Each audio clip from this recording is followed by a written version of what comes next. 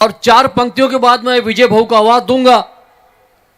विजय भाऊ का कहना है कि मैं तुम्हें अपने उसूलों की कसम देता हूं, मुझको मजहब के तराजू में न तौला जाए, मैंने इंसान ही रहने की कसम खाई है, मुझको हिंदू या मुसलमान न बोला जाए। जोरदार तालियों के बीच कॉमरेड विजय भाऊ माइक पर। आखिर में मेरा नंबर आ गया। मंच पर उपस्थित हमारे पार्टी के राज्य सचिव कॉमरेड सुभाष जी लांडे, जिला सचिव आत्माराम जी विशे, हमारे कार्यकर्ता या हमारे मित्र और वो भी हमारे जैसे ही लड़ाकू बन रहे हैं, ऐसे इमरान भाई, बाकी सारे हमारे साथी, मंच पर उपस्थित सारे मान्यवर भाई और बहनों, मुझे पता है सब लोग आपको पीट रहे समझ रहे ना, आपका दिमाग खराब कर रहे हैं, ऐसा मुझे समझ में आ रहा है, क्योंकि सुनने की आदत नहीं है हमको। घर में तो हम किसी का सुनते नहीं, और ये जो दाढ़ी वाला है मेरे जैसा, वो कहाँ कहाँ पकड़ के आपको ला रहा है और सुना रहा है। हालांकि मेरे को एक ही शेर आ रहा था 2 लाइन का, वो मैंने आपको बता दिया, तो शेर भी नहीं बता पाता, लेकिन मैं 2-3 स्टोरी बताने वाला हूं। ये स्टोरी हमारे जिंदगी के साथ में लगी हुई स्टोरी है। मैं हमेशा बोलता हूं, मैं हमेशा एग्जाम्पल देता हूं। मैं कामतगर में एक मीटिंग कर रहा था, और मीटिंग करते करते ऐसे गटर थी, आप में से बहुत सारे लोगों को मैंने ये स्टोरी बताई। ऐसी गटर थी, गटर के एक तरफ मैं एक पैर करके खड़ा करके और दूसरी तरफ दूसरा खड़ा करके मैं भाषण कर रहा था, और मेरे सामने सारी लेडीज बैठी थी, और भाषण करते करते मैं जब नीचे देखा तो पूरी गटर भरी हुई थी। तो मैंने उधर के लोगों को पूछा, यार ये गटर साफ नहीं है क्या, बोलते कि नहीं बोलते? तो एक जो औरत थी, ये जो ऊपर बिठाई है डेंजर सारी औरतें, ऐसी उसमें से एक औरत थी, वो बोले वो मेले को आन दो अभी, नगर सेवक को, उसको तो मैं झाड़ू से ही मारती, बोले झाड़ू से ही मारती। तो फिर इलेक्शन जब आया तो वो जो नगर सेवक के साथ में ही वो दिखी मेरे को, तो मैंने ताबड़तोड़ उसको बाहर खींचा, और तू तो झाड़ू से मारने वाली थी। नहीं, बोले 500 दिया ना उसने। अभी मैं आप में से किसी को पूछूं कि किसने किसने पैसा डाल के पैसा लेके वोट डाला, तो आप में से सब लोग मेरे आंख पे आएंगे, हम लोग पैसा नहीं लेते। अभी हमको मालूम है, हम इलेक्शन में घूम रहे, कौन कौन ले रहा है कौन कौन नहीं। उसी के ऊपर एक जोक बता रहा हूं। हम लोग क्या करते हैं, 5 साल तक उसको गाली देते, 5 साल के बाद फिर उसी के पास जाते। उसके ऊपर एक जोक है। जो लोग हिंदू है, हमारे कॉमरेड पानसरे ये जोक बताते थे। जो लोग हिंदू है, उसके अंदर एक वट पूर्णिमा नाम का एक त्योहार है, पता है? वो एक झाड़ को गोल गोल गोल गोल धागा पहनते हुए घूमते हैं, और ये मांग करते हैं कि 7 जन्म तक यही पति मुझे चाहिए। ऐसी एक हिंदू औरत झोपड़पट्टी में रहती थी, और उसका मर्द बहुत पीता था। वो बेचारी, वो पीता था, आता था, मारता था, वो परेशान थी उससे। उसने बाजू वाले को बोला, यार इसको समझाओ, पी रहा है, बहुत मार रहा है। बाजू वाले ने समझाया, वो समझने को तैयार नहीं, वो फिर पी के आ रहा है, फिर मार रहा है। फिर उसने नगर सेवक को बोला, नगर सेवक ने समझाया, वो समझने को तैयार नहीं, फिर पी रहा है, फिर मार रहा है। फिर एक दिन वो पुलिस स्टेशन में गई, पुलिस ने 2-4 थापड़ लगा के उसको समझाया, वो समझने को तैयार नहीं, वो फिर पी रहा है, घर में आ रहा है, फिर धो रहा है, मजा ले रहा है, फिर पिक्चर देख के डिशुम डिशुम की। फिर वो औरत सोचने लगी, साला मरेगा तो ठीक है, एक बार जान छूट जाएगी। वही औरत वट पूर्णिमा के दिन उठती है, एक थाली लेती है, वही वड़ को गोल गोल गोल गोल घूमती है, बोले यही पति 7 साल तक। हमारे जो मेहमान हैं वो यहाँ पे पधार गए हैं, उनका मैं आप लोग सब लोग ताली बजा के स्वागत कीजिए।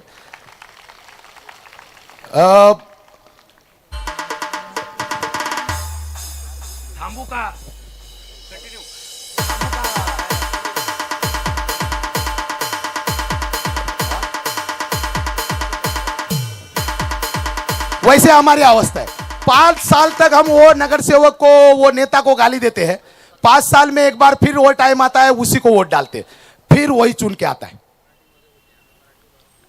ये करते कि नहीं करते हम लोग ये जो मीटिंग कर रहे हैं, ये मीटिंग इसलिए कर रहे हैं क्योंकि आपको हम समझाने जा रहे हैं कि भाई हम गरीब हैं, हम लोग बेबस है। इसका कारण क्या है ये आपने समझना चाहिए। जब ये कारण समझ में आ जाएगा, डॉक्टर को बीमारी समझ में आएगी तो वो दवाई करता है ना। हम लोग गरीब क्यों है, हम लोग खड्डे में जा रहे हैं, हमारे रिक्शे वाले तो बेचारे बहुत परेशान हैं, किक मार मार के अभी तो दे दिया है उसको, लेकिन हैरान है। हम लोग भी हैरान है। हम लोग हैरान क्यों है ये समझना है हमको। हम को बार बार ये भी कहते हैं अलग अलग लोग कि पिछले जन्म में तुमने पाप किया, इसलिए इस जन्म में गरीब पैदा हुए तुम, ये समझाया जाता है। और हमको भी लगता है सही में। फिर हम लोग बोलते चलो पिछले जन्म में तो कम से कम कुछ तो किया होगा, पाप करके अच्छा कुछ तो किया होगा। और ये बार बार हमको समझाया जाता है कि हम लोग जो ये हमारी परिस्थिति है ये ऊपर वाले के वजह से है। बार बार ये समझाया जाता है और हम लोगों ने ये दिमाग में फिट बिठा के रखा है कि सही में उसका कुछ ना कुछ रोल है। और मैं बार बार ये समझाता हूं कि अगर वो ऊपर वाला है वो तो हमारा है ना। रोज उठते सुबह सुबह हमारी ये महिलाएं नहाती धोती है मस्त, टन टन टन टन टन टन टन टन 2 घंटा। एक औरत का मिस कॉल आया था आज, तो मैंने देखा नहीं, थोड़ी देर में फोन किया तो वो बोले उसके बच्चे ने उठाया, बोले नमाज पढ़ रही है। मतलब हम दिन भर बार बार ऊपर वाले को याद करते हैं, उसके बावजूद वो हमको ऐसा क्यों रखेगा।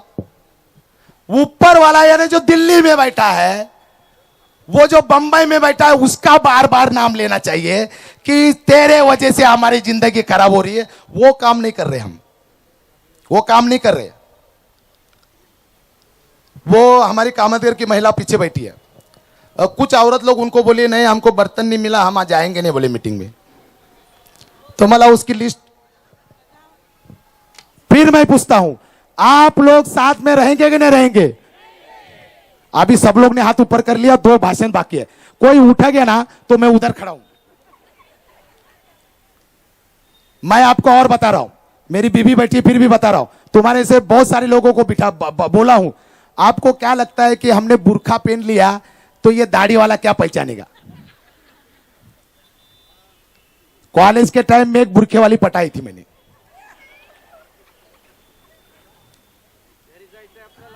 वो हिंदू मुसलमान था करके शादी हुआ नहीं, शादी करना था, लेकिन तब से मैं आंखों से आदमी पहचानता हूं, खाली आंखों से। इसलिए तुम कितना भी बुर्खा पहनो मैं पहचान ही लूंगा कौन कौन है। इसलिए मैं यहां पे रुकता हूं। अगर मौका मिलता है ये 2 जो वक्ता है उनको सुनना है, एकदम शांतिपूर्ण से सुनना है। एक जन लातूर से आया है और एक बंबई से आया है, आपको कुछ अच्छी बातें बताने के लिए आ रहे हैं और वो सुनना है। कोई भी हिलेगा नहीं जाएगी जगह से। आज तुम्हारा पति भूखा भी मरेगा तो भी चलेगा, लेकिन जगह से हिलने का नहीं। छड्डू मार लो, कसम खा लो, ठीक है। धन्यवाद। मैं मेरी बात ये खत्म करता हूं, एक नारा देता हूं और हमारे मेहमान को हम लोग मौका देते हैं। लड़ेंगे लड़ेंगे, लाल बावटा जिंदाबाद। धन्यवाद। हमारे इस मंच पर 2 बहुत ही महत्वपूर्ण हमारे गेस्ट आए हुए हैं, तो मैं चाहूँगा तो उनका नाम मैं लेना चाहता हूँ। हमारे पहले गेस्ट हैं जो कि प्रदेश सरचिटनीस मुस्लिम आरक्षण समिति के मोहसिन खान साहब यहाँ पे आ चुके हैं। उसी के साथ साथ मुख्य वक्ता हमारे आकिफ दफेदार भी यहाँ पे आ चुके हैं, विजय भाऊ कामड़े और इमरान भाई शेख, और उसी के साथ हमारे विशे साहब। मैं इन तीनों से और उसी के साथ साथ जब्बार शेख साहब से निवेदन करूंगा कि वो उनका सत्कार करें, यहाँ पे हमारे आए हुए अतिथियों का सत्कार करेंगे।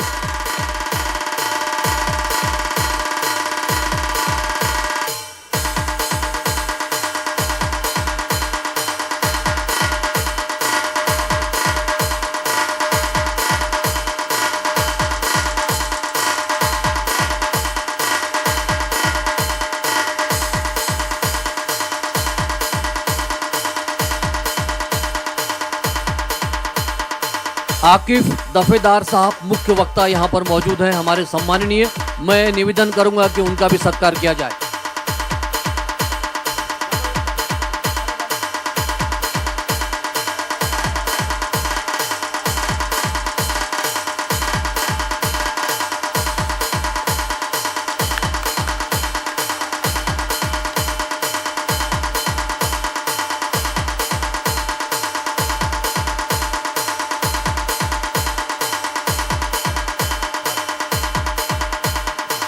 बहुत बहुत शुक्रिया, बहुत बहुत धन्यवाद आए हुए अतिथियों का सत्कार।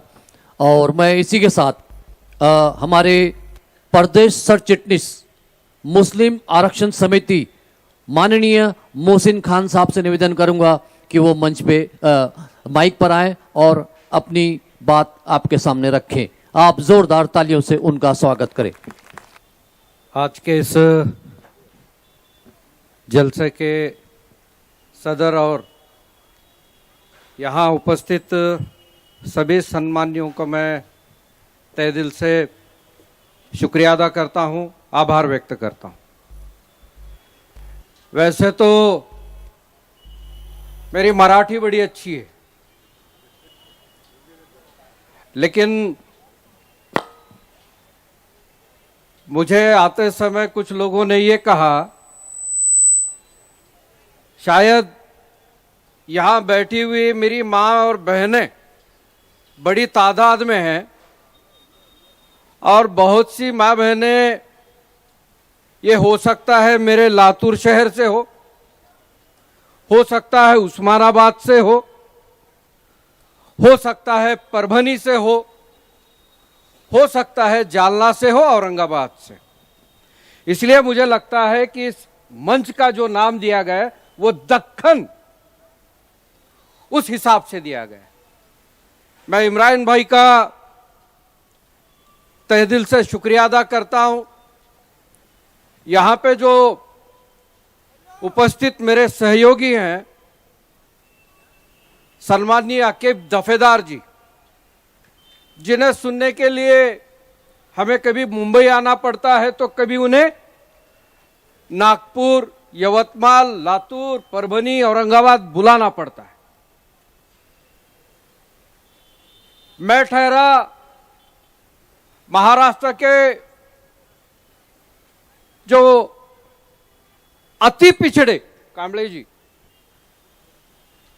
गेलेगा, जिस समाज का मैं प्रतिनिधित्व करता हूं वो है मुस्लिम समाज। मैं बहुत दिन के बाद ये टार्च के कपड़े पहना हूं और कई बार ऐसा हुआ कि ऐसे सम्मान लेने को भी मैं कोताही बरतता हूं। मेरी हिंदी आ रही ना समझ में? मराठी कुणाकुणाला कळते? थोड़ा हाथ वर कर। आहे 50% आरक्षण यहां पे है। जिस समाज के लिए अभी कांबळे जी बड़ी अच्छी अच्छी कहानियां सुना रहे थे, उन्होंने बीवी पर भी एक कहानी अंदर की बात सुनाई कॉलेज की। अब घर जाकर के भाभी उनका क्या करेंगे मालूम नहीं, लेकिन उनकी बात में वो पारदर्शिता थी, सच्चाई थी, उन्होंने छुपाया नहीं। मैं ऐसे कई कॉमरेड को जानता हूं जिन्होंने अपना बलिदान जो समाज के लिए दिया है। ऐसे मुझे लगता है यहां पे जो दावे, मुझे क्या बोलते हैं उसको, लेफ्ट, जो माने जाने वाले लोग हैं, वो एक नाम को बखूबी जानते होंगे, जिन्होंने एक सौगात मुसलमानों को दी है, ओबीसी की सौगात। बहुत से लोग जानते हैं कि मुसलमानों को आरक्षण मिलना चाहिए और मिलता भी है, लेकिन उस पिछड़े मुसलमानों के आरक्षण के प्रति लड़ने वाली जो ताकत थी और जिसने ये मूवमेंट खड़ा किया था, वो थे मरहूम स्वर्गीय विलास सोनवणे जी, कॉमरेड विलास सोनवणे। मुस्लिम ओबीसी की जो मूवमेंट बहुत से लोग जानते हैं, जो बड़े बड़े राजनीतिक नेताओं के अगल बगल बैठ के मुस्लिम ओबीसी की मूवमेंट चलाते हैं या दर्शाते हैं, लेकिन मुसलमानों को यह मालूम होना चाहिए कि यह मूवमेंट चलाने वाला एक कॉमरेड, एक विलास सोनवणे नाम का शख्स था जिसने यह चलाई। अभी दूसरा एक उदाहरण देता हूं। साहित्य क्षेत्र, साहित्य यानी मुझे लगता है कि मैं बड़ी भारी भरकम हिंदी बोल रहा हूं, सही है ना? शायद वो समझ नहीं पा रहे, समझ रहे हैं? ऐसा एक कॉमरेड था, वही विलास सोनवणे, साहित्य जिसको कहते हैं, जिसको किताब। अभी मैंने गोविंद पानसरे जी की किताब देखी, मुझे बड़ी खुशी हुई। हमने मराठी में कौन होता शिवाजी पढ़ा है, लेकिन आज मैंने पहली बार यह चीज देखी है, कौन होता शिवाजी, इस विषय को लेकर के इसकी पुस्तिका उर्दू में भी आपके समक्ष देने का प्रयास जिन्होंने भी किया, उसे कहते हैं साहित्य, यानी किताबें, लिटरेचर। और यही साहित्य क्षेत्र, महाराष्ट्रातल्या मराठी मुस्लिमांच्या साहित्यात काम करणारी मंडळी आणि साहित्य चळवळ, समझ रहे मराठी, इसमें भी बढ़ चढ़कर नाम लेना मैं पसंद करूंगा, कॉमरेड विलास सोनवणे। महाराष्ट्र की साहित्य क्षेत्र हो, आरक्षण की लड़ाई हो, या जहां जहां पर अत्याचार और जुल्म बड़ी तादाद में होते हैं, तो वहां लेफ्टिस्ट अग्रेसर तरीके से सामने आकर के लड़ते हैं। उसका उदाहरण मैं अभी कांबळे साहब को सुन के दे रहा हूं। अभी बहुत अच्छा उदाहरण वो दे रहे थे, बड़ा हंसी खुशी माहौल में। तुम्हारी हमारी अवस्था जो हुई है, उसका एक उदाहरण देकर मैं आप लोगों के रूबरू होता हूं। अपनी दक्षिणी भाषा में क्या हुआ, अब आ रहा हूं मैं अपने लेवल पे। एक मोहल्ले में चोरी हो रही थी, पहट में सुबह सुबह चोरी हो रही थी। चोरी करते समय पहट हुई, फजर की नमाज की अजान शुरू हुई, उसके पहले पहले एक मारवाड़ी के घर चोरी हो रही थी। 4 चोर घुसे हुए थे, आकिब भाई। 4 चोर घुसने के बाद किसी को कुछ मिल रहा था, किसी को कुछ नहीं मिल रहा था। उसमें धड़पड़ जो चालू थी, उसके बाद कुछ आवाजें आने के बाद वो मारवाड़ी नींद में से उड़ गया। वो नींद से क्या बोलते हैं उसको, जाग गया। वो जागने के बाद एक चोर उठाया खंजर और मारा मारवाड़ी के। अब बाकी लोग परेशान हो गए, और फजर का टाइम था, उधर आजान शुरू हो गई। अब बाकी लोग चोर परेशान होकर बोल रहे कि अब आप क्या करेंगे, क्योंकि अब लोग तो उठने वाले हैं, लोग तो जा रहे हैं। एक चोर होशियार था, उन्हें क्या बोला, कुछ नहीं होता, बोले खामोश बैठ। पड़ोस में आजान हो रही, जाहिर सी बात है मस्जिद होगी, और मस्जिद में एक चीज होती है, उसको क्या बोलते हैं, पिंजरी, डोला, क्या बोलते हैं, पिंजरी, जनाजा उठाने की। वहां जाने का बोले, और मस्जिद में कोई तो रहते, बोले इमाम साहब, उनको बोलने का कि भाई मामू मर गए, मामू मर गए बोल के वो पिंजरी लेके आने का बोले। 2 चोर गए, और वहां हमारे मोजम साहब उजू उजू कर रहे थे। फिर बोले कि मामू मर गए, पिंजरी होना। पिंजरी लेकर के आहिस्ता आहिस्ता मारवाड़ी के पीछे के दरवाजे से लेके मारवाड़ी को अंदर डाल के निकले। फजर की नमाज हुई, फजर की नमाज होते के साथ निकले ये 2-4 लेके, बुरा माल लेके अपना बगल में लेके निकले। हल्लू हल्लू हल्लू हल्लू हल्लू कब्रिस्तान की तरफ बढ़ने लगे, तो रास्ते में मिले शकील भैया। क्योंकि हमारे में रिवाज है, जब मैयत जाती है तो हम कांधा देने जाते हैं।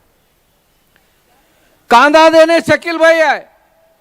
थोड़ा आगे जाने के बाद जमील भाई आए। क्या हुआ बोले तो मामू मरे।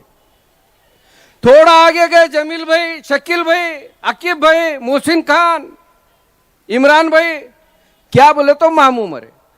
मगर एक चोर बड़ा हरामी था,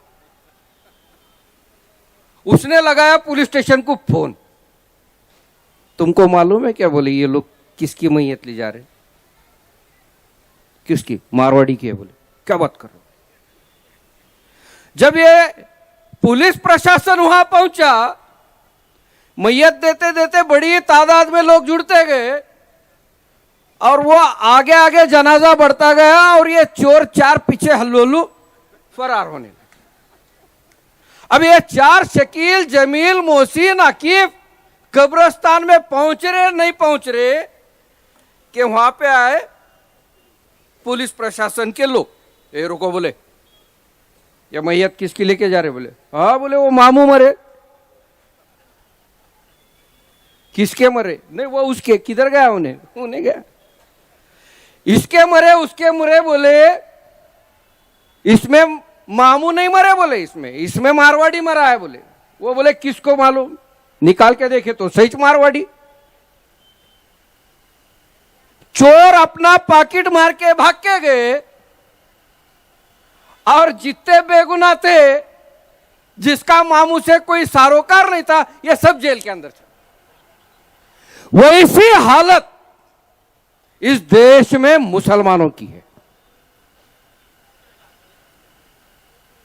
कई लोग ये देश में जंग आजादी हो, यह देश का संविधान बचाना हो, या देश की गरिमा की जो विसाख है खत्म करने का कटकार स्थान हो, इस लड़ाई में सबसे पहले अपनी जान, अपनी कुर्बानी, अपना बलिदान देने वाला कोई शख्स था तो वो ये हिंदुस्तान का मुसलमान था। आज वही है। बोलते ना मेरी जरा मराठी बहुत अच्छी है, वो भी सुनते तो बड़ा अच्छा था, लेकिन कुछ लोग समझ नाही पा रहे। ब्राह्मणाच्या घरात सुद्धा मराठी बोलली जात नाही, तितकी सुंदर माझी मराठी आहे। हा, ते उस्मानाबादचे नाराज होतील। हा, या महाराष्ट्रामध्ये हेच झालं। या देशाला, या राज्याला स्वातंत्र्य करण्यासाठी जो समाज 5 वेळा नतमस्तक होतो, तो समाजात जेलच्या कोठडीत आहे, संविधान विरोधी आहे, बांगलादेशी आहे, पाकिस्तानी आहे, असले हलकट आरोप लावून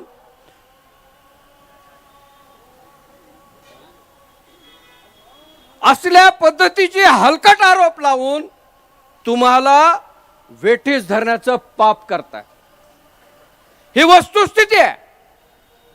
मी म्हणलं मी ताकाला जाऊन गाडगं लपवणार नाही। या देशामध्ये जे काय घडतं, माझी लढाई शिक्षण, आरक्षण, संरक्षणाची आहे। एक अजान हुई, इतना इस्लाम इतना मुस्लिम, मैं भी जानता हूं, एक अजान हुई, उसके बाद अल्हम्दुलिल्लाह। या देशाला, या मातीला स्वातंत्र्य करून देणारा जो मुसलमान होता, त्याला वेठीस धरून त्याला कुठेतरी नेस्तनाबूत करण्याचं कटकार स्थान तुम्ही केलं, तरी आम्ही शांत बसलोच ना। कारण इस्लामची शिकवण आहे। मी म्हणलं ना, माझी लढाई मंदिर किंवा मस्जिदची अजिबात नाही आणि ती मी करणार पण नाही। माझी लढाई पोटाची आहे। मेरी लढाई अपने पेट की है। शिक्षण का पाहिजे, आरक्षण का पाहिजे। आता सर्वात मोठं तुमचं आमचं जगणं महाग झालंय। कुठं कोण धरून तुमची मॉब लिंचिंग करेल हे सांगता येत नाही। तर आमचं म्हणणं, शासन प्रशासन कोणाचंही असो, त्याच्यामध्ये दुजाभाव असण्याचं कारण नाही।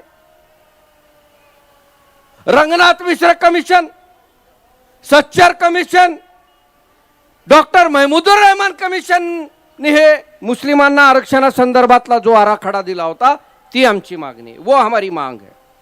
अभी जैसा श्री कृष्ण क्या बोलते हैं, सच्चर कमीशन का रिपोर्ट बना, रंगनाथ मिश्र कमीशन का रिपोर्ट बना, डॉक्टर महमूदुर रहमान कमीशन का रिपोर्ट बना, और उसमें यह अधोरेखित किया गया था जो समाज पिछड़ा है, जो समाज आर्थिक, शैक्षणिक, औद्योगिक क्षेत्र में पिछड़ा माना जाता है, उसका प्रोग्रेस होना चाहिए।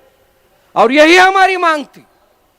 ये सभी कमीशन को लेके मैंने भी एक कमीशन बनाया, वो भी दखनी में। आकी भाई इमरान भाई, एक कमीशन मैं भी बनाया। मैं थोड़ा संपादक हूं, अखबार चलते हैं मेरे, कवि हूं, तो इन चीजों को लेकर के मैंने मेरा एक कमीशन बनाया, वो भी दखनी में। दक्खन है बोल के सुना रहा हूं। मेरी एक कविता है, कविता ने नजम क्या बोलते उसको, हाँ अके भाई मैच कहते, वो नजम ये है, क्योंकि हम पे आरोप लगते हैं, हर तरह के आरोप, और इन आरोपों को मद्देनजर रखते हुए डॉक्टर महमूदुर रहमान, सच्चर कमीशन और रंगनाथ मिश्र कमीशन ने एक रिपोर्ट बनाई थी, वैसी रिपोर्ट मैंने बनाई, वो भी कविता संग्रह के माध्यम से। वो कविता ऐसी है, वो नज़म ऐसी है, राजनीतिक सामाजिक सभी क्षेत्र का वो सार इस कविता में है। कपड़े फटे तक फिरने वाला, कपड़े फटे तक फिरने वाला कौम का नेता मैच कहते, चुपी टाई छाई कुछ भी मार के अपना। यहाँ पे सब मेरी माँ बहनें बैठी हैं, वो मूवमेंट भी ऐसी नहीं चलती। मैंने मेरे बीवी पे भी एक बनाई थी, कुटे गेले कामड़े जी। मैं मूवमेंट में काम करता हूँ, कभी कभी बीवी को लेकर भी बहुत सी चीजें सामने आती है। मैंने वो एक कविता भी बनाई थी, वो कभी सुनाऊंगा। अजय वो सुनते ही क्या, अजय वो सुनते ही क्या, घर में राशन भरते ही क्या, गली बोड़ा में बोलते फिरते ही, ऐसे से आरक्षण मिलता है क्या, एसी में बैठ के उन्होंने चुनको आते ही, तुम्हें टमटम में बैठ के फिरते ही क्या, या ऐसे बहुत सी चीजें हैं। तो कविता का सार मैं सुनाना चाह रहा था आप लोगों को। कविता ऐसी है, कपड़े फटे तक फिरने वाला कौम का नेता मैच कहते। ये हमारे नेताओं की अवस्था है,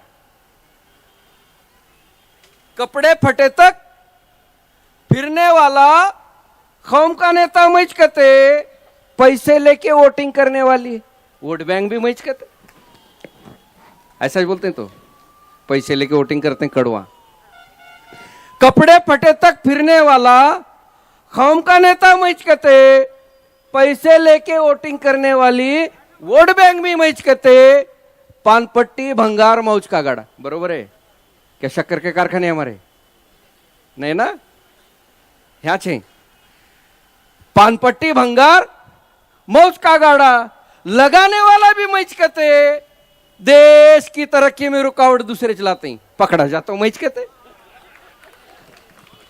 बोलते हैं कि नहीं। हिंदू मुस्लिम दंगा कहीं भी हों दो, हिंदू मुस्लिम दंगा कहीं भी हों दो, फसाद की जड़ भी मैच कहते, इन्हें लाठी चार्ज कहीं भी हों दो, मरने वाला भी मैच कहते। ये देश में कैसा कानून आया नहीं मालूम, ये देश में कैसा कानून आया नहीं मालूम, सरकार को नजर आता हूं मैच कहते। ये देश में कैसा कानून आया नहीं मालूम, सरकार को नजर आता हूं मैच कहते।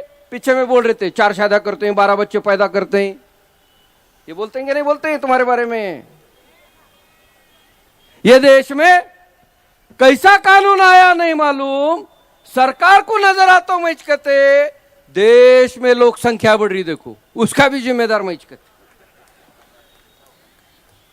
तालियां बजा रहे, भाषण कौन से भी फटके नेते का हों दो, तालियां बजाने वाला भी। ये हालत है हमारे। ये था मेरा रिपोर्ट, क्योंकि इस सरजमी को आजादी दिलाने के लिए, इस देश की अस्मिता को बचाए रखने के लिए हमने हर वो कुर्बानी दी है, हर तरीके की कुर्बानी दी है। कभी अफगानिस्तानी कहा जाता है, कभी बांग्लादेशी कहा जाता है, कभी पाकिस्तानी कहा जाता है। अलग अलग आरोप लगा करके, अलग अलग तरीके के इल्जाम लगा करके हमें सामाजिक, आर्थिक, शैक्षणिक, औद्योगिक क्षेत्र से परहेज करने का, रखने का काम कुछ लोग कर रहे हैं। पिछले दिनों में यही हुआ। अब सरकारें आ गई, किसी का हिंदुत्व धोखे में नहीं है, वो केंद्र की हो या राज्य की हो।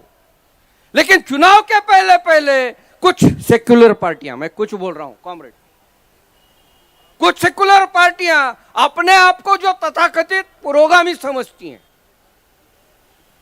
उन्होंने तो इतना बेड़ा गर्क किया। मैं अभी बोलूं तो आकिब भाई बोलेंगे तुम्हारा रखते जा रही, मेरा कैसा। इस वास्ते वो रखने वाला नहीं। हम इस्लाम के हर उस चीज पे कायम रहते हुए काम करते हैं। अब उसमें भी अड़चन क्या हो रही बोलता हूं मैं। अभी इमरान भाई से मैं मिलना, उनसे बात किया कि इमरान भाई तुम्हारा क्या चल रहा है, क्या है कारोबार, भी पूछा मैं, क्योंकि उनके साथ एक नल्ली वाला मतलब बंदूक वाला भी दिखा, बॉडीगार्ड। मैं बोला वो क्या है, तो वो बोले कि भाई ऐसा ऐसा है, मैं ये कारोबार में हूं। ठीक है, बोला बचा के कितना रखे, वो नको पूछो। बोले इस्लाम की सिखावट है, खाओ खिलाओ, भूखा मत रहने दो, अच्छा रहो, तुम्हारे पास है तो मेहमानों को दो, मेहमानों को देने के बाद मोहल्ले वालों को दो, जात पात धर्म पंथ मत देखो। यह हमारे इस्लाम की सिखावट है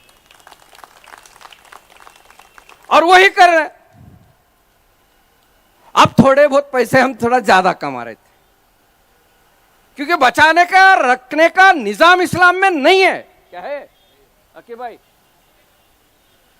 निजाम नहीं है, इसलिए हम बांट के कर रहे हैं। अब थोड़ा बहुत हमारे पास इमरान भाई जैसे कुछ लोग हैं, बांट के करके कुछ बचा तो एक आधी फॉर्च्यूनर ले रही, मेरे जैसा नकटा चपटा गोरा गोमटा एक आधा मोबाइल ले रहे। इनके पेट में मरोड़ शुरू हो गया। फिर क्या आया, खुल के बोले कांबळे साहब ने बुरखे में, मैं भी कॉलेज में हूं, बीवी के सामने बोले। आज का दौर तो वो भी नहीं। ऐसा जब सिचुएशन शुरू हुआ, खाना पीना हमने बांट के देने को शुरू करे, इनके पेट में मरोड़ शुरू हुआ। और शुरू क्या हुआ, लव जिहाद, जन आक्रोश, वो आक्रोश।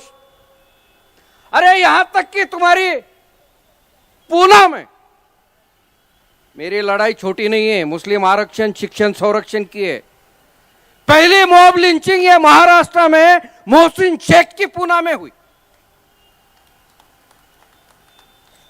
उसके बाद पुसेसावली हुआ, और कहां हुआ, गजापुर। कहां, टप्पे टप्पे में शुरू है। कल भिवंडी आएगा, कल लातूर आएगा, तो इसकी सिक्योरिटी की जिम्मेदारी किसकी, तुम्हारी हमारी है ना।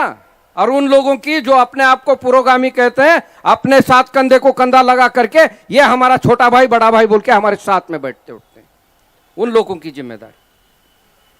त्या चळवळी पण संपल्या कॉम्रेड, शिवव्याख्यात आहे मी पण। यह लड़ाई मुसलमानों के साथ साथ मुझे लगता है अब उन हिंदू भाइयों की है जो ये देश के मुसलमानों को अपने साथ रखना चाहते हैं, साथ में रहना चाहते हैं। अब ये लड़ाई उनकी। हमने अगर तो भी बोले तो उनको अलग लग रहा, हमारी नवाजिश को वो साजिश समझ बैठे। अभी बहुत से लोग बोले कि मराठीतलं मी मराठीत काही बोललो त्यांना कळालं नाही। उर्दू में इतनी अच्छी गुहित पानसरे जी की किताब लिखी गई, उर्दू में लिखने के बाद वो बोलते हैं ना, एक शेर है, तुम जरा करीब आओ तो सही, ये फासले अक्सर बदगुमानियां फैलाती हैं।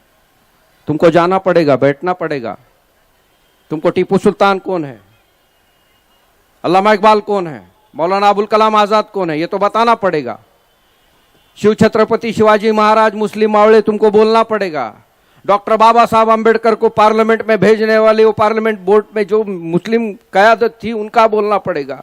वो समझ रहे हैं कि तुम्हारा इस देश में क्या, मेरे अंगना में तुम्हारा क्या काम। अबे अंगना हमारा है। तहरीक रेशमी रुमाल, जमीयत उलेमा हिंद के माध्यम से हजारों सर दिल्ली की तख्त पर लटके हुए मिलते थे। वो बलिदान हमारा तुमको नहीं दिखता। छोटी सी आदमी सी कोई तो बात लेकर के मुसलमानों को टारगेट करने का जो काम हो रहा है, इसके प्रति लोकशाही पद्धति से मुस्लिम सिक्योरिटी एक्ट, मुस्लिम संरक्षण कायदा, ये कानून बनाने की मांग भी हम महाराष्ट्र में राज्य स्तर पे कर रहे हैं, क्योंकि ये हक है हमारा और यह हक हमें संविधान देता है। मैं ज्यादा अपना वक्त नहीं लूंगा, एक शेर के साथ मैं अपनी बात को खत्म करूंगा, क्योंकि यह लड़ाई तुम्हारी हमारी है। होता क्या है, 5 साल 11 महीने 29 दिन हम सामाजिक क्षेत्र में काम करने वाले लोग हैं, लेकिन जब चुनाव आता है, चुनाव में नाम आता है, बात चर्चा होती है तो नहीं बोले वो उनका काम नहीं है, बोले ये भांडे धुंडे घसने के काम के है, बोले इन्होंने चुनाव नहीं लड़ना, इन्होंने बर्तन ही घसते बैठना। बोले कब तक बर्तन घसने देने वाले? अगर आपके बीच कोई अच्छा आपके लिए खड़ा रहने वाला, रात को रात और दिन को दिन नहीं बोलने वाला ऐसा शख्स अगर चुनाव में, क्योंकि ये दौर चुनाव का है, ये समझ लो आप, ये दौर आप भांडी बर्तन घसने का नहीं है इमरान भाई, ये दौर चुनाव का है। तो इसलिए आपके बीच रहने वाला वो शख्स कोई भी हो, किसी भी मजहब का हो, आपको उसको खड़ा करके उसको जिताने का काम करना चाहिए। जो बात मैं यहां कर रहा हूं, यहां 1000 10,000 लोगों के बीच बात करने से बेहतर जहां पे कानून बनते हैं वहां पे भेजने का काम तुम लोगों का है, वो बात वहां मायने रखती है, यहां बात मायने नहीं रखती। तो उस पर भी आप काम करो, क्योंकि ये सरजमी बड़ी अलग है। बहुत कुछ बोलना चाहता हूं, बहुत कुछ चीजें हैं, और मैं बोला ना मराठीत इतकं सुंदर मांडलं असतं ना, सगळ्यांनाच कळलं असतं, चांगलं आणि सरळ कळलं असतं। पण इथं म्हणे 12 बलुतेदार सगळे इकडे तिकडून मिक्स एरिया आहे, मुस्लिम आहे। अरे मराठीतलं मग कळू दे ना, मराठी कोणाच्या बापाची मतदारी नाही। महाराष्ट्रामध्ये राहणारा प्रत्येक मराठी मुसलमान हा मराठी मुस्लिमच असला पाहिजे, त्याला प्रत्येक भाषेत अवगत असलं पाहिजे। मराठी तर डंकेची चोट पर निर्माण झाली पाहिजे आणि यायलाच पाहिजे। त्यांना शिवछत्रपती कळला पाहिजे, त्यांना डॉक्टर बाबासाहेब आंबेडकर कळलं पाहिजे, शाहू फुले कळले पाहिजेत, टिपू सुलतान कळला पाहिजे। तुम्हाला मराठीतलं कळत नाही, बापानं एखादं कागद मराठीतलं दिलं, एखाद्या जारे तहसीलमध्ये हे घेऊन ये ती घेऊन आलं, तर आपण त्या चपराशी पासून सुरू करतो, काय येत नाही। ज्या महाराष्ट्रामध्ये राहतो, खातो, पितो, बसतो, उठतो, हकतो, मुततो, मग मराठीशी तुम्हाला काय एवढा लढा नाही। मराठी आलीच पाहिजे, मराठी कळलीच पाहिजे, आणि त्याच्याशिवाय तुम्हाला पर्याय नाही। आणि इस्लामची शिकवण आहे। मी अख्खा महाराष्ट्रात तर फिरलो, अर्धा भारत फिरलो। कर्नाटक मध्ये जाकर कन्नडी भाषिक मुसलमान भेटेल, आंध्रात जा तेलुगू भाषिक मुसलमान भेटेल, महाराष्ट्रातला मराठी मुसलमान का चालत नाही? त्याची भाषा सुद्धा अवगत असली पाहिजे, कारण या देशामध्ये, या राज्यामध्ये तुमची जे वेगळ्या पद्धतीची मराठीच्या नावावर, कधी हिंदुत्वाच्या नावावर जी मॉब लिंचिंग होते, ती कुठेतरी संपुष्टात आली पाहिजे। कारण हे देश, हे राज्य जर सुखमय ठेवायचं असेल तर तुम्हाला यावंच लागेल। मी एक शेर बोलून मी माझं मनोगत संपवतो। हूँ मोहब्बती मुसलमान, हूँ मोहब्बती मुसलमान, वतन पर जान लुटाना जानता हूँ। हूँ मोहब्बती मुसलमान, वतन पर जान लुटाना जानता हूँ, ईमान वाली कौम है मेरी, शक न कर मुझ पर। ईमान वाली कौम है मेरी, शक न कर मुझ पर, हर वक्त इस मिट्टी पर सजदा करना जानता हूं। जबरदस्ती न करे जालिम हुकूमत तू मुझ पर, जबरदस्ती न कर ए जालिम हुकूमत तू मुझ पर, वतन परस्ती पर मैं आज भी शमशीर उठाना जानता हूं। वाखिर दावाना अल्हम्दुलिल्लाहि रब्बिल आलमीन। अल्लाह। ये थे हमारे काबिल वक्ता मोहसिन खान साहब, जिन्होंने बहुत ही विस्तार के साथ आज के वक्त की सच्चाई आपके सामने रखने की कोशिश की है।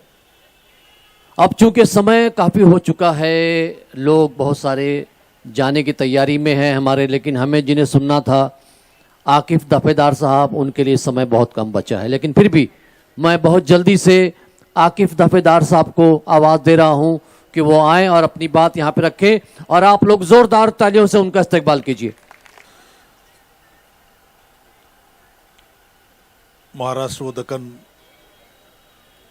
इस संस्था के अध्यक्ष इमरान भाई और उनके सभी साथी और यहाँ पर मंच पर बैठे हुए सभी हमारे मोअज़्ज़िज़ कायदीन, साथ ही साथ इस संस्था में काम करने वाले सभी मोअज़्ज़िज़ हमारी माताएं, बहनें, बेटियां, प्यारे बच्चों, और साथ ही साथ जो भी लोग सुन रहे हैं उन सब की खिदमत में बहुत ही एहतराम के साथ अस्सलाम वालेकुम। जैसे मोहसिन भाई ने कहा कि छत्रपति शिवाजी महाराज गोविंद पानसरे को उन्होंने पढ़ा, ये उर्दू में ट्रांसलेशन है उसका। प्लीज़ थोड़ा सा बैठ जाइए, हो सकता है मेरी एक आध बात आपके बड़े काम की हो।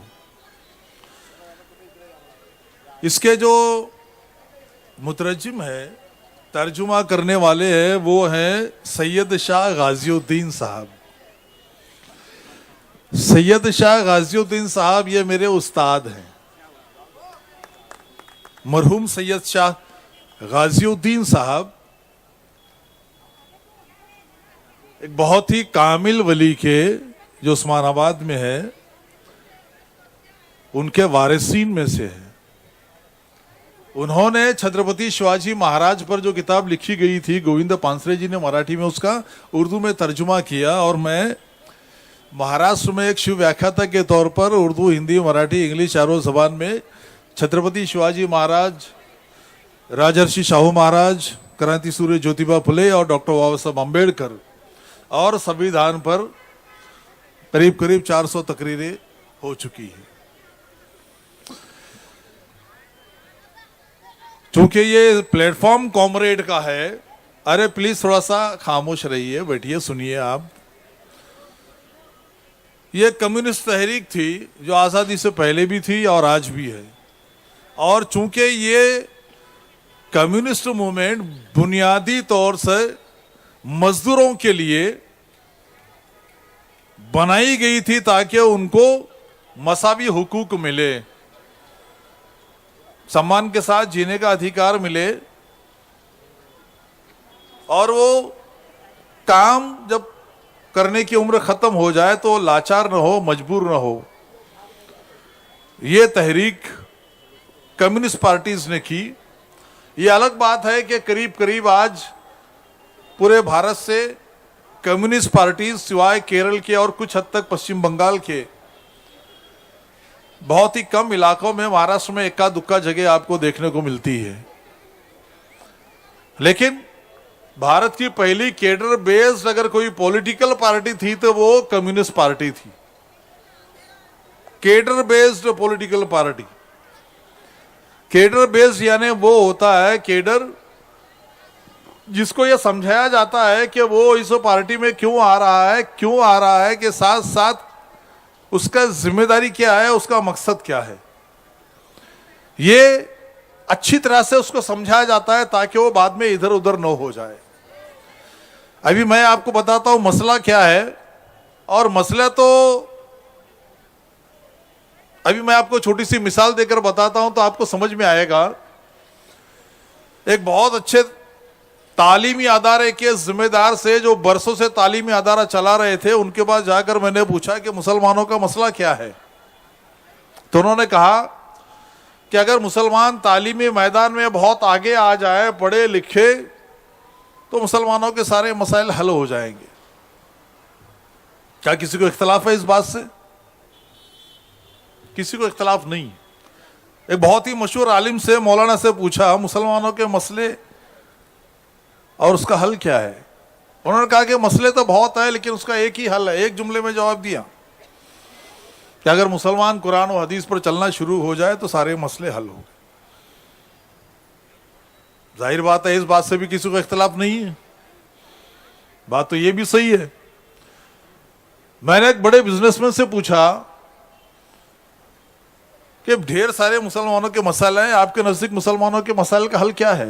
उन्होंने कहा कि देखो, तिजारत है। अगर आप तिजारत करोगे तो बरकत बहुत है, आमदनी भी बहुत है। मुसलमानों को तिजारत करनी चाहिए। जब मुसलमान तिजारत में आएगा तो जाहिर बात है कि वो नौकरी करने वाला नहीं, नौकरी देने वाला बन जाएगा। ये उसका असल हल है। जाहिर बात है इस बात से भी किसी को इख्तलाफ नहीं हो सकता, ये बात भी अपनी जगह सच है। अब एक पॉलिटिकल लीडर से मैंने पूछा कि आपके नजदीक मुसलमानों का हल क्या है। उन्होंने कहा कि सियासत, जब मुसलमान इख्तिदार पर आएंगे, सत्ता वो चीज है, सत्ता वो मसाइल को हल करने की कुंजी है जहां पर आप हर मसला हल कर सकते हो अगर आप इख्तिदार पर हो। वरना आप चिल्लाते रहो, तहरीक चलाते रहो, आंदोलन करते रहो, कोई मसले का हल नहीं होगा, आपको सत्ता में आना पड़ेगा। जाहिर बात है ये भी जवाब अपनी जगह सही है। 4-5 लोगों से पूछने के बाद में 4-5 अलग अलग जवाब मिले और पांचों जवाब ऐसे थे जिससे किसी को इख्तलाफ नहीं हो सकता। हर जवाब अपनी जगह 100% सही है। फिर भी एक सवाल बाकी रह जाता है, तो फिर आखिर मसले का हल क्या है? अगर सबके पास मसले का हल है तो फिर अमली जामा क्यों नहीं पहनाया जाता, या हम लोग अमली तौर पर ये पांचों चीजें क्यों नहीं करते? साथियों, बहुत ही आसान चीज है। जैसे मोहसिन भाई ने कहा कि ये महाराष्ट्र की धरती है और आपको मराठी भाषा आनी चाहिए।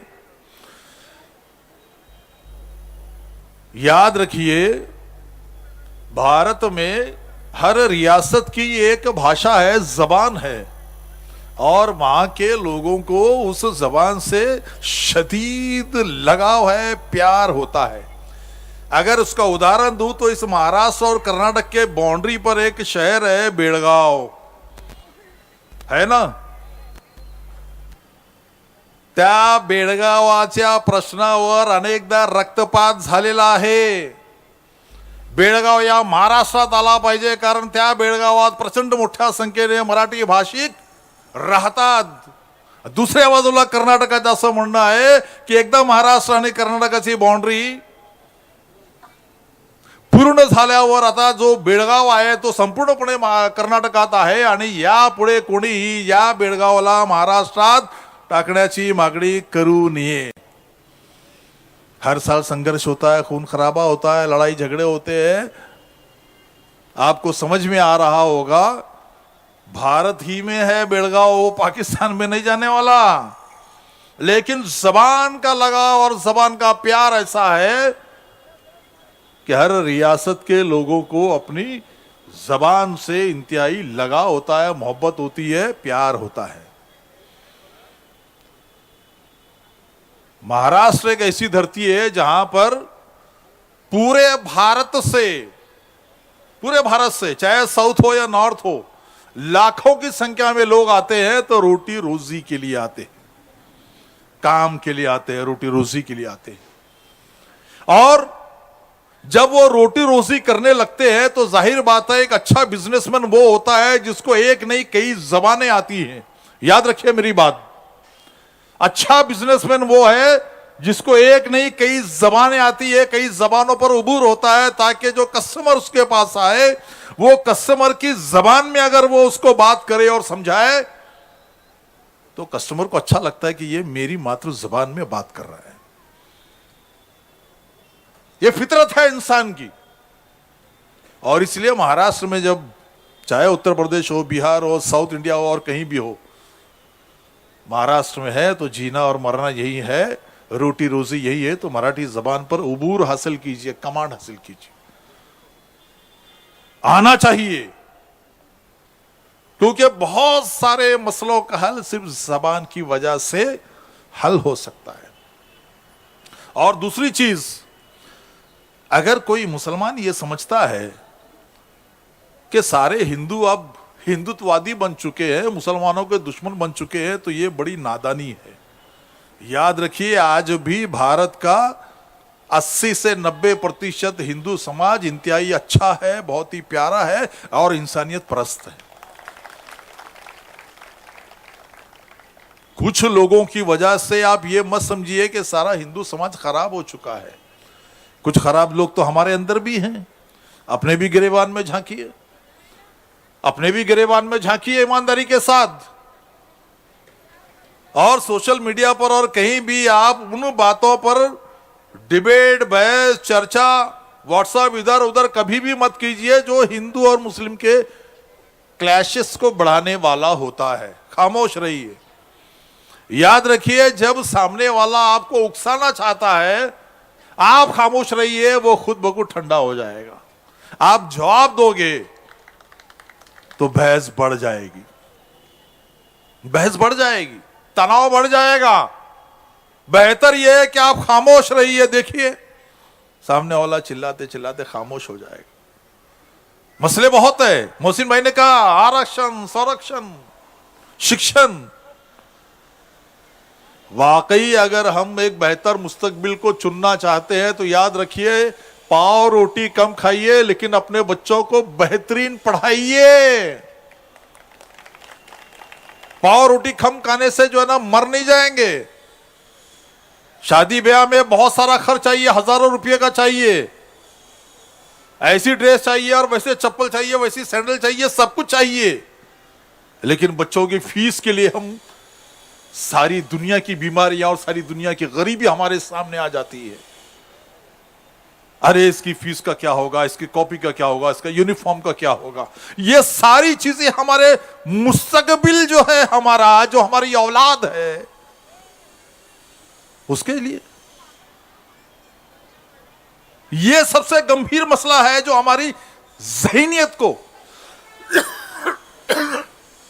बताता है।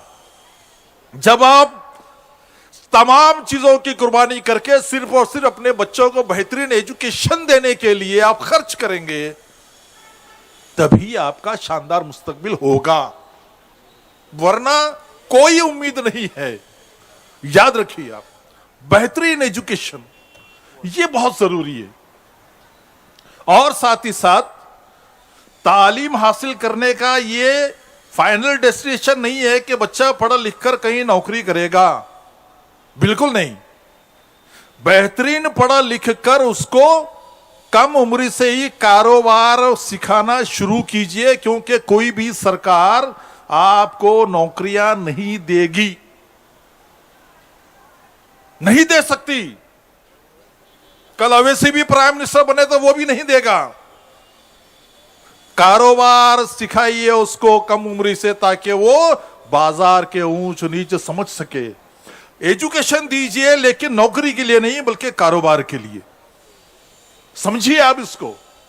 और तीसरी चीज, अगर मैं पूछूं कि आपके कितने गैर मुस्लिम या हमारे हिंदू भाई आपके दोस्त हैं, कितने आपके अच्छे ताल्लुकात हैं, मस्जिद के मेंबर पर खड़े रहकर कहने के लिए या स्टेज पर कहने के लिए कि भाई एक मुसलमान के घर में जब खाना पकता है, जब तक उसके पड़ोसी अगर भूखे हैं तो मुसलमान के लिए खाना हराम है, ये बोलने के लिए बहुत अच्छा है। अमल बड़ा गंभीर सवाल है साथियों। कहना अलग चीज है, चूंकि अमल में हम लोग बहुत कच्चे रह गए, बातें बहुत ताकतवर हो गई, अमल बहुत कमजोर हो गया। यह है असल बीमारी। जब हम ईमानदारी के साथ एक अच्छे मुसलमान का किरदार अदा करेंगे तो जाहिर बात है कि आपको कोई नाम रखने वाला नहीं होगा। रहा सवाल मंदिर मस्जिद, याद रखिए वो वक्त भी आएगा। वो इकबाल ने लिखा था, है आया यूरिशे तातार के अफसाने से, पांचवा मिल गए काबे को सनम खाने से। क्या मतलब है इसका? ये जो बेजारगी है, दिन रात आप बच्चों को एक बीमारी दे रहे हो, एक कैंसर दे रहे हो कि बच्चे, नौजवान, बूढ़े, हर कोई हिंदू मुस्लिम हिंदू मुस्लिम हिंदू मुस्लिम कर रहा है। अरे उसकी जरूरत रोटी रोजी है, उसकी जरूरत काम है, उसकी जरूरत रोजगार है। आप उसको बीमार कर रहे हो, आप उसकी जिंदगी बर्बाद कर रहे हो। उसको हाथ में रोजगार दो, वो सारे ये जो बदवक्ती या सारी बुराइयों से वो खुद ब खुद दूर हो जाएगा। जरूरत उसकी है। प्यासे को पानी देंगे तभी प्यास बुझेगी। और नफरत का जवाब नफरत नहीं हो सकता, सिर्फ मोहब्बत ही है। कोई दूसरा आपसे नफरत करे तो आप नफरत करोगे तो नफरत बढ़ेगी। आप मोहब्बत कीजिए, नफरत खत्म हो जाएगी। आग को बुझाने के लिए पानी की जरूरत है और मजीद आग लगाने की नहीं, तो आप पानी बनने का काम कीजिए। देखिए नफरत खत्म हो जाएगी। यह असल चीज है। और जब तक हम अच्छे लोगों की कदर नहीं करेंगे, अच्छे लोगों की जब तक कदर नहीं करेंगे, तो आप एक हेल्दी कम्युनिटी, एक हेल्दी सोसाइटी कैसे बना सकेंगे? इलेक्शन आता है तो बहुत सारे लोग पैसों का, इसका उसका अलग अलग लालच देते हैं, अलग अलग किस्म के लालच से हम बहक जाते हैं। चलो आज तो मिल रहा है ना, आज मिल रहा है तो काफी है। तो फिर अच्छे लोग आपके लिए क्यों काम करेंगे? बात समझने की है। अच्छे लोगों की कदर करना शुरू कीजिए, उनका साथ दीजिए, मजबूती से खड़े रहिए उनके साथ में, क्योंकि आपके सुख दुख में, आपके रोजमर्रा की जिंदगी में ये लोग काम आने वाले हैं। और जब आप इनका साथ देंगे तो उन्हें लगेगा कि हाँ, जिनके लिए मैंने मेहनत की, जिनके लिए मैंने काम किया, जिनके लिए मैंने मुसीबत उठाई, जिसके लिए मैंने खर्च किया, वो लोग आज मेरे साथ खड़े हैं। वो दुगनी ताकत से, चौगुनी ताकत से आपके लिए काम करेगा। अगर आप भी उनका साथ नहीं देंगे तो अच्छे लोग काम करना बंद कर देंगे, कहेंगे भाड़ में जाए यार। याद रखिए, मैंने कई बहुत सारी लोगों से मैंने मालूमात हासिल की इमरान भाई के बारे में, और मुझे वाकई बहुत खुशी है कि बहुत ही कम उम्र के साथ उन्होंने एक समाज के लिए बहुत ही अच्छा, कंस्ट्रक्टिव, पॉजिटिव और बहुत ही उम्दा काम उन्होंने शुरू किया, और ये काम बहुत आगे बढ़ाया है। ऐसे इमरान भाई जैसे लोगों के साथ में आप जब मजबूती के साथ खड़े रहेंगे तो कई इमरान शेख पैदा होंगे जो समाज के लिए काम करेंगे। जब आप उनके साथ नहीं खड़े रहेंगे तो कोई और तैयार नहीं होगा। याद रखिए, चाहे चुनाव का मामला हो, कोई तहरीक का मामला हो, कोई मोर्चे का मामला हो, कोई आंदोलन का मामला हो, वो आपके लिए अगर है तो आप पूरी ताकत के साथ खड़े रहिए, चाहे इलेक्शन ही क्यों ना हो। जब आप मजबूती के साथ उनके साथ खड़े रहेंगे तो उनकी हौसला, उनकी ताकत में कई गुना इजाफा होगा कि हाँ, जिन लोगों के लिए मैंने काम किया, मेहनत की, साथ दिया, जिनके लिए संघर्ष किया, झगड़ा किया, आंदोलन चलाया, वो लोग आज भी इस वक्त, इस कदम पर मेरे साथ में है, तो उसकी ताकत बढ़ जाती है। और वही वो ताकत होती है जब किसी भी सोशल वर्कर की, जो उसको एनर्जी देती है, हिम्मत देती है, हौसला देती है। और दूसरी चीज और आखिरी चीज, याद रखिए, आप जहां भी रहते हैं, जिस मोहल्ले में भी रहते हैं, कम से कम उस मोहल्ले के लोगों के साथ इतने अच्छे ताल्लुक बनाइए, इतने अच्छे संबंध बनाइए कि आपके उस मोहल्ले में कभी भी जाति या धर्म के नाम पर किसी किस्म के क्लैशेस ना हो। यूपी में क्या हो रहा है, दिल्ली में क्या हो रहा है, फलां जगह क्या हो रहा है, छोड़ दीजिए, आपके मोहल्ले की फिक्र कीजिए। आपका मोहल्ला सेफ तो पूरा देश सेफ। आपकी जिम्मेदारी जहां आप रहते हैं, कहते हैं आप सल्लल्लाहु अलैहि वसल्लम ने फरमाया कि अगर किसी मुसलमान से उसके पड़ोसी दुखी, जिसके पड़ोसी दुखी या जिसके पड़ोसी उससे नाराज, तो उसकी सारी इबादतें गारत। क्या बात है। हुकूकुल इबाद और हुकूकुल्लाह की बात जो है, बार बार आपको ताकीद की गई है। बहैसियत मुसलमान आप हुकूकुल इबाद पर ध्यान दीजिए। आपका मामला, आपकी जबान, आपका कारोबार, आपका लेन देन, आपका सलूक, आपका बर्ताव, ये तय करेगा कि आपका मोहल्ला कल सेफ रहने वाला है या नहीं है, क्योंकि आने वाला वक्त और भी कई गुना संगीन होने वाला है। इसके लिए मैं इशारतन कह रहा हूं कि आप अपने मोहल्ले में अच्छे ताल्लुकात बनाइए। और याद रखिए, ये ताल्लुकात ही होते हैं। जब मेरे घर को आग लगेगी तो कोई चीफ मिनिस्टर, चाहे मेरा कितना ही अच्छा दोस्त हो या प्राइम मिनिस्टर अच्छा दोस्त हो, मेरे घर को आग बुझाने के लिए नहीं आएगा तो सबसे पहले मेरा पड़ोसी आएगा। सोचिए आपका पड़ोसी कैसा है। अगर आपका पड़ोसी आपके साथ अच्छा है और आप उसके साथ अच्छे हैं, वो सबसे पहले आपके लिए दौड़ेगा। वही आपका सच्चा दोस्त होगा, सच्चा हमदर्द होगा, सच्चा खैरखा होगा। आपकी पहली भलाई करने वाला आपका पड़ोसी होगा। इसके लिए मैं कहता हूं कि सबसे पहले अपने मोहल्ले के अंदर एक अच्छे मुसलमान के किरदार के साथ दूसरों के साथ भलाई कीजिए, बेहतर सलूक कीजिए, दूसरों की मदद कीजिए। देखिए, लोग बहुत अच्छे हैं। जितने आप अपने आप को मुसलमान की हैसियत से अच्छे समझते हैं, आपको लगेगा कि हमसे ज्यादा हमारे हिंदू भाई अच्छे हैं, और हैं हकीकत में। फर्क यह है कि हमारे और उनके ताल्लुकात बहुत कम हैं। ताल्लुकात बढ़ाइए। ये जो कम्युनिकेशन गैप होता है ना, ये राब्ते की कमी, ये सबसे बड़ा दुश्मन है। राब्ते बढ़ाइए, इंशाल्लाह देखिए बड़ी मोहब्बत मिलेगी, बड़ा प्यार मिलेगा, बड़ा अच्छा सलूक मिलेगा और अच्छे का बदला बड़ा अच्छा ही मिलेगा।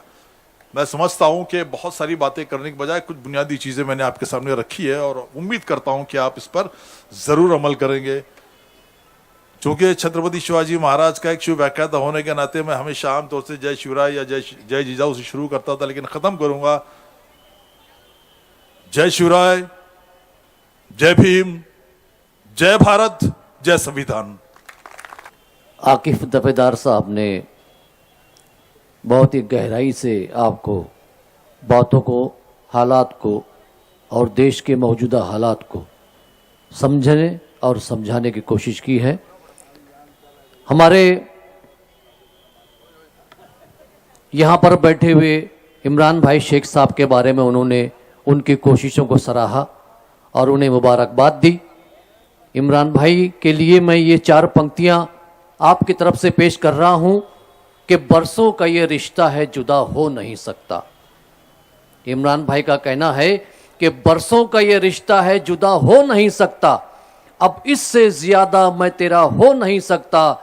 बस तुम मेरी आवाज में आवाज मिला दो, फिर देखो इस शहर में क्या हो नहीं सकता।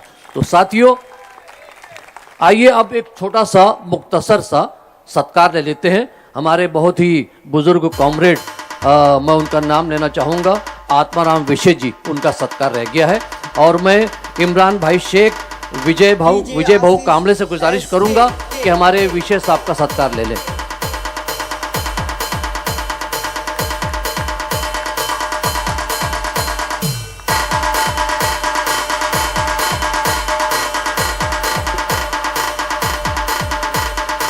हाँ, और उसके बाद यहाँ पर मौजूद है हमारे विजय भाऊ कामले और इमरान भाई शेख, इनका भी सत्कार बाकी रह गया है। मैं नेशनल ह्यूमन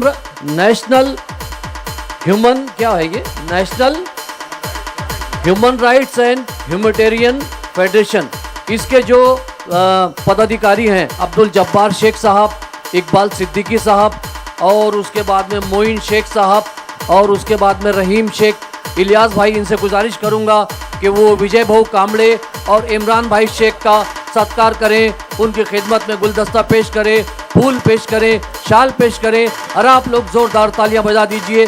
थोड़ी देर में ये कार्यक्रम समाप्त हो रहा है संगीत के साथ और म्यूजिक के साथ। जैसा कि आपको पता है, ये कार्यक्रम जो रखा गया था वो कार्यक्रम है भारतीय कम्युनिस्ट पक्ष।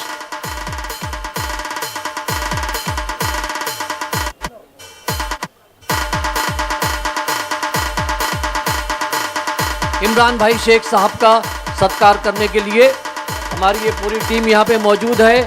जब्बार भाई हैं और साथ में उनकी टीम ह्यूमैनिटेरियन और ह्यूमन राइट फेडरेशन के ये गुलदस्ता पेश करते हुए, और साथ में हमारे इकबाल सिद्दीकी साहब, उसके सभी लोग वहाँ पर हमारे इमरान भाई शेख का सत्कार करते हुए। बहुत बहुत शुक्रिया, बहुत बहुत शुक्रिया। आप लोग यहाँ पे एक प्रोग्राम रह गया, एक्चुअली बहुत कम टाइम था इसलिए एक छोटा सा प्रोग्राम रह गया। हमारे दरगाह रोड के कुछ साथी लोग कम्युनिस्ट पार्टी ज्वाइन कर रहे हैं। मैं उनको विनती करूंगा कि वो सारे मंच पर आ जाए और उनका जो स्वागत है वो जो हमारे कॉमरेड विशे करेंगे। रिजवान भाई, मनीष मिश्रा जी वो भी ऊपर आएंगे, वो भी ज्वाइन कर रहे हैं।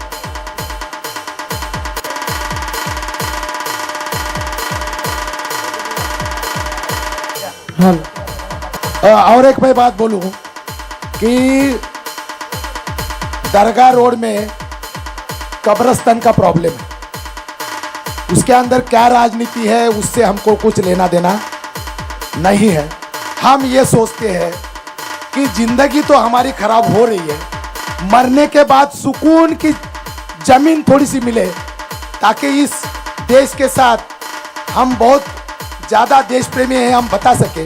तो वो जगह जो है 7/12 हमारे हाथ में लग गया है, लेकिन वो जगह नहीं मिल रही है। तो हम लोग भविष्य के अंदर ये कार्यक्रम खत्म होने के बाद वो मुद्दा हाथ में ले रहे कि जो 7/12 पे जमीन है वो हमारी जमीन चोरी हो गई है, पुलिस उसका एफआईआर दाखिल करे और चोरी करने वाले को अरेस्ट करे, वो जमीन हमको ढूंढ के दे ताकि हमको मरने के बाद सुकून मिले। ये आंदोलन विजय कामले, इमरान भाई और उनके सारे साथी मिलके, मैं चाहूंगा आप लोग सब लोग साथ में मिलके हम लोग ये आंदोलन करेंगे और बिल्कुल मुझे विश्वास है कि वहां के लोगों का कब्रिस्तान जो गुम हो गया है वो मिल दिला के रहेंगे, इतना हमको विश्वास है। आप लोगों के साथ की जरूरत है। ये सारी साथी हमारे आ गए हैं। मिश्रा जी आए क्या? मिश्रा जी के गले में डाल दिए? हाँ, खत्म करते हैं। वाइस बाय हमारे पार्किंग के यहाँ के सरवा है, उनका एक छोटा सा सत्कार करना है। अभी हार तो है नहीं, उनके गले में भी लाल पट्टा डाल दो ताकि लाल सलाम वो भी हो जाए।